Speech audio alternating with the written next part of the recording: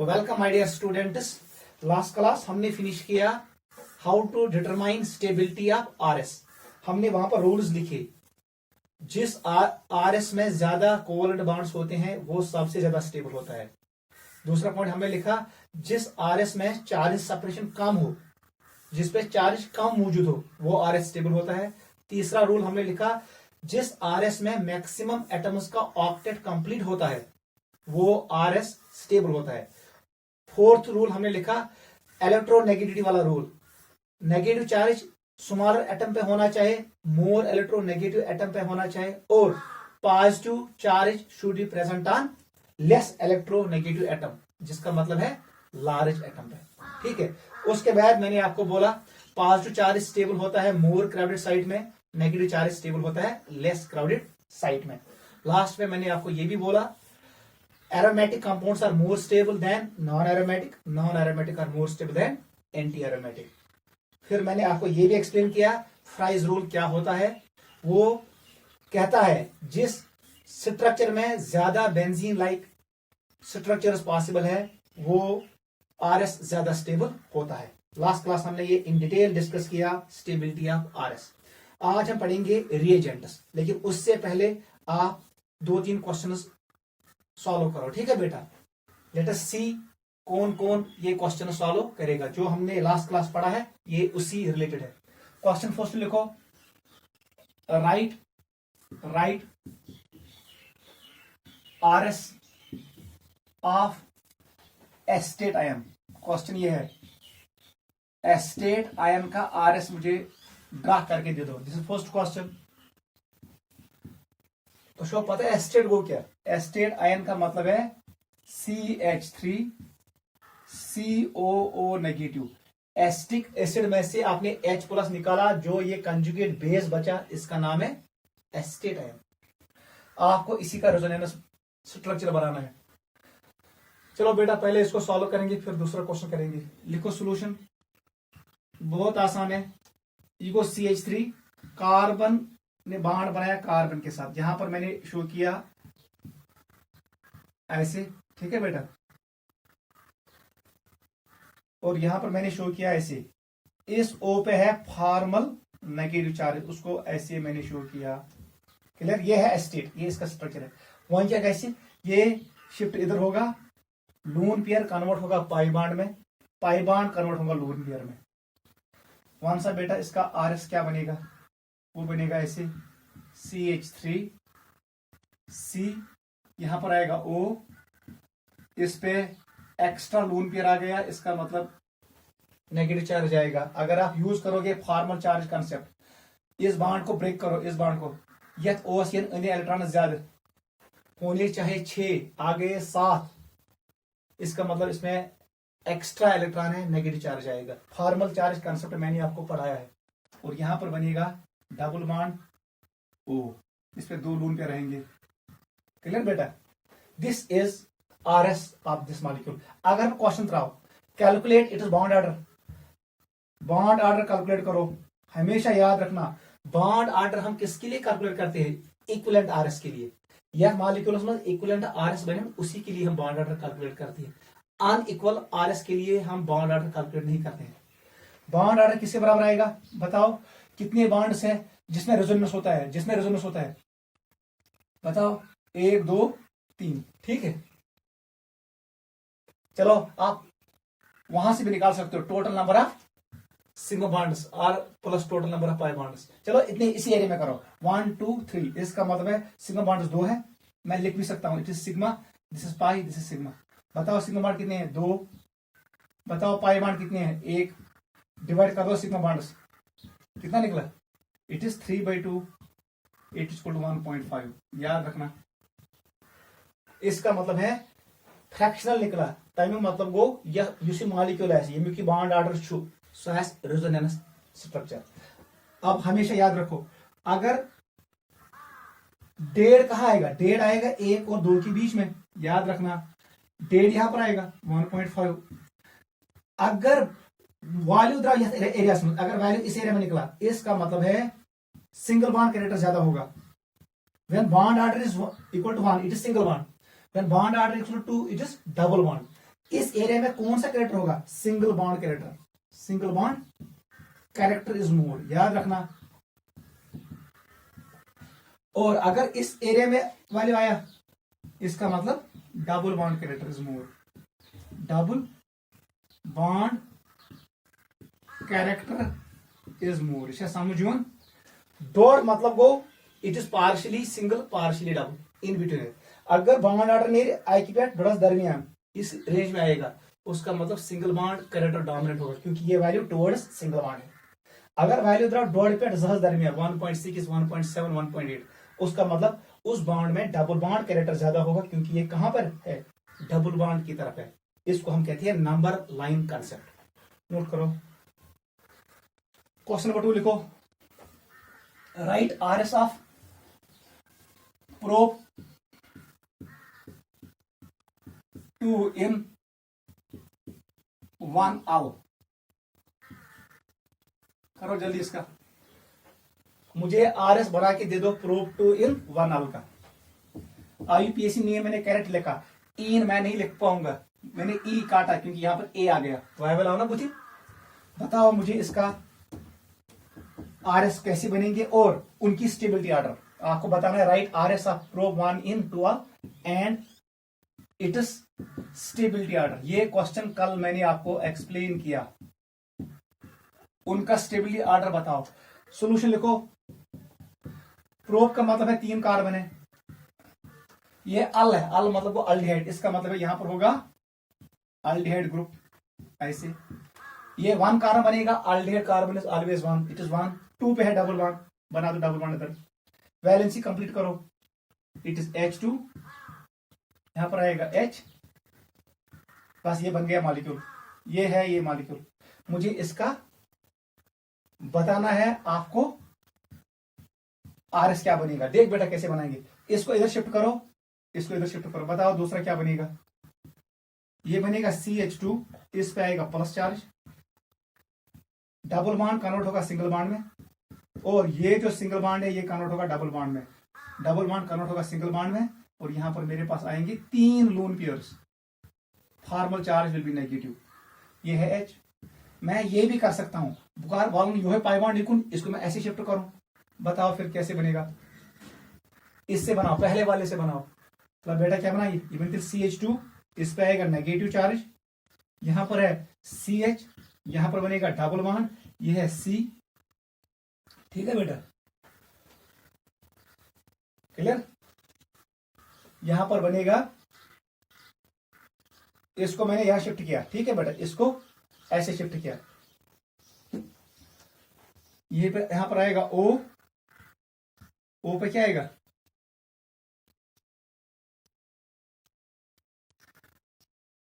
ठीक है बेटा, ऐसे शिफ्ट किया।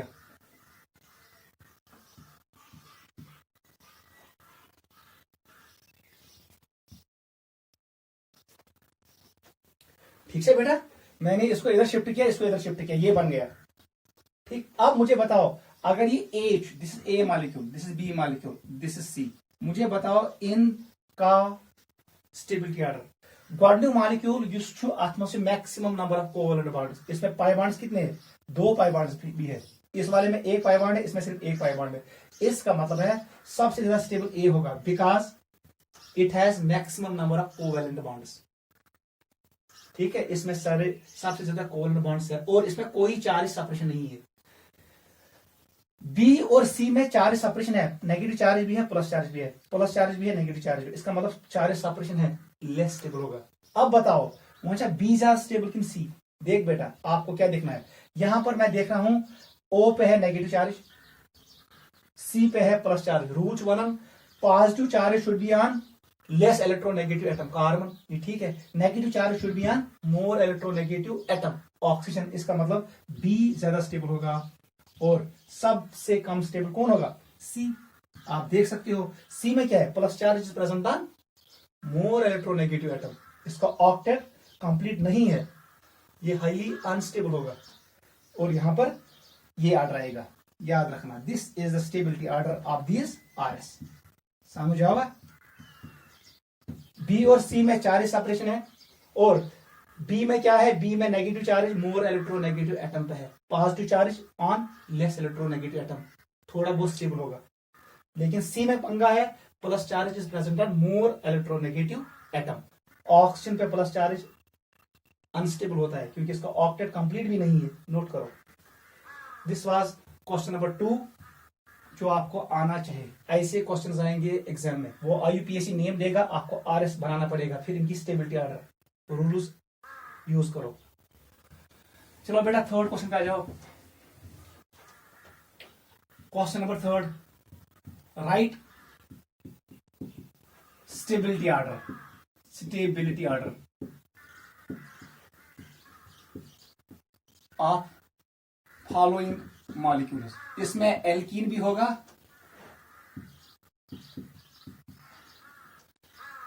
इसमें सब कुछ होगा। आपको मुझे बताना है कौन ज्यादा स्टेबल, कौन कम स्टेबल। ये है एंट्रेंस नीट का क्वेश्चन, ये नीट में आते हैं ऐसे क्वेश्चंस। फर्स्ट क्वेश्चन मैंने इसमें दिया पार्ट 1, आपको बताना है ज्यादा स्टेबल कौन है। ये ज्यादा स्टेबल है कि ये, इन दो में ज्यादा स्टेबल कौन है, दिस वन आर स्टेबल और दिस वन। ठीक है बेटा, सेकंड पे आ जाओ।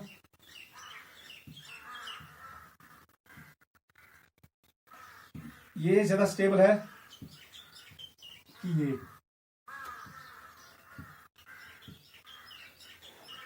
थर्ड पे आ जाओ।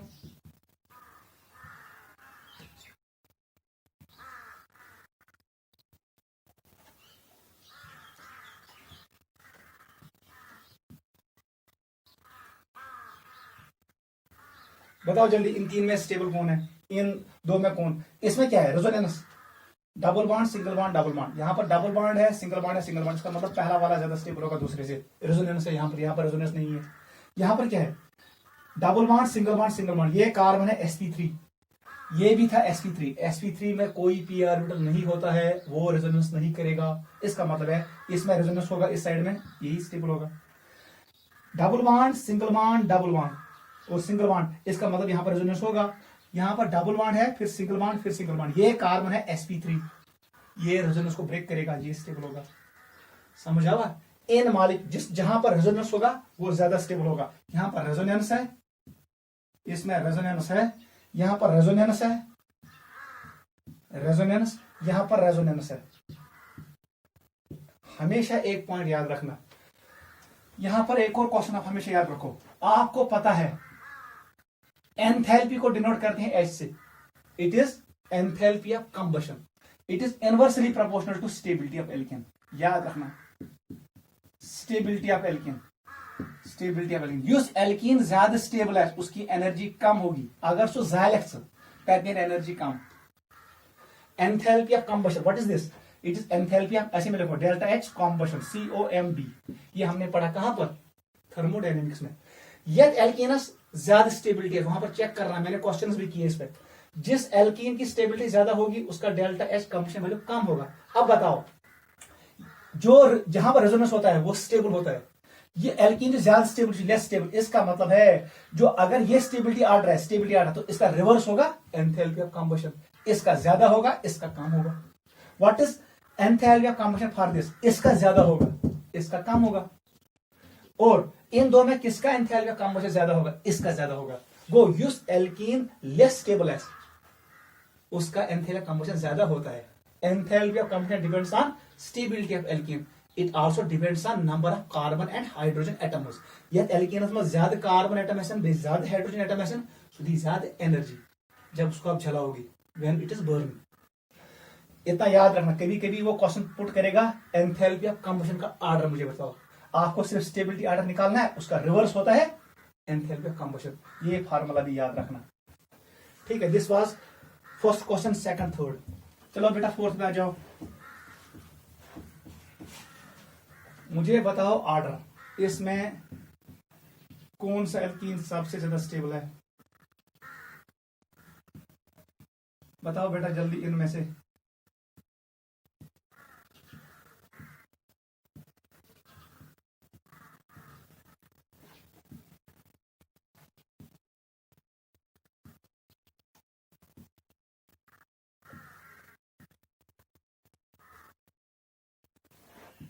ए B C D E. Stability order बताओ, कुछ एल्कीन से ज्यादा स्टेबल।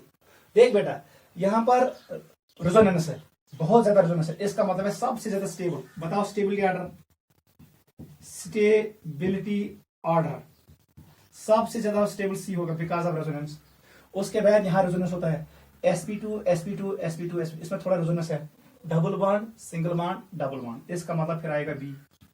बी के बाद अब ये एल्कीन है, एक ही डबल बॉन्ड है, ये एल्कीन है, ये एल्कीन है। मैंने आपको बोला है काउंट करो अल्फा हाइड्रोजन, सबसे ज्यादा अल्फा हाइड्रोजन बताओ इसमें कितनी है। ये अल्फा कार्बन है, ये अल्फा कार्बन है, इसमें अल्फा हाइड्रोजन कितने होंगे, यहाँ दो यहाँ दो, चार। अल्फा कार्बन पे जितने हाइड्रोजन होते हैं उनको अल्फा हाइड्रोजन कहते हैं। Alpha carbon is that carbon which is directly attached to double bond carbon. यहाँ पर अल्फा कार्बन ये है, ये अल्फा कार्बन है, ये अल्फा कार्बन है, ये ज हाइड्रोजन, ये ज और ये 3, इसका मतलब है अल्फा हाइड्रोजन इक्वल टू 7। इसमें बताओ यहाँ अल्फा पोजिशन है, alpha position alpha position alpha position, ये दो हो गए 4, it is alpha H equal to 10। Count करो, इसका मतलब है फिर आएगा ई, उसके बाद आएगा डी और सबसे कम स्टेबल आएगा E. This is stability order. अगर आप क्वेश्चन आएगा इसी में, बताओ डेल्टा एच कंबशन का ऑर्डर, वो रिवर्स आएगा, सी से ज्यादा आएगा बी, डी से ज्यादा आएगा ई, ई से ज्यादा आएगा डी, डी से ज्यादा आएगा ई। नोट करो, दिस इज एनर्जी और enthalpy order, enthalpy of combustion. जब आप इनको जलाओगे किसमें एनर्जी ज्यादा निकलेगा, वो ए में निकलेगा, किसमें एनर्जी कम निकलेगा, सी में निकलेगा, बिकॉज सी इज स्टेबल। जो ज्यादा स्टेबल होता है उसका डेल्टा एच वैल्यू कम होता है। नोट करो, these were some questions which are asked in entrance. Note करो।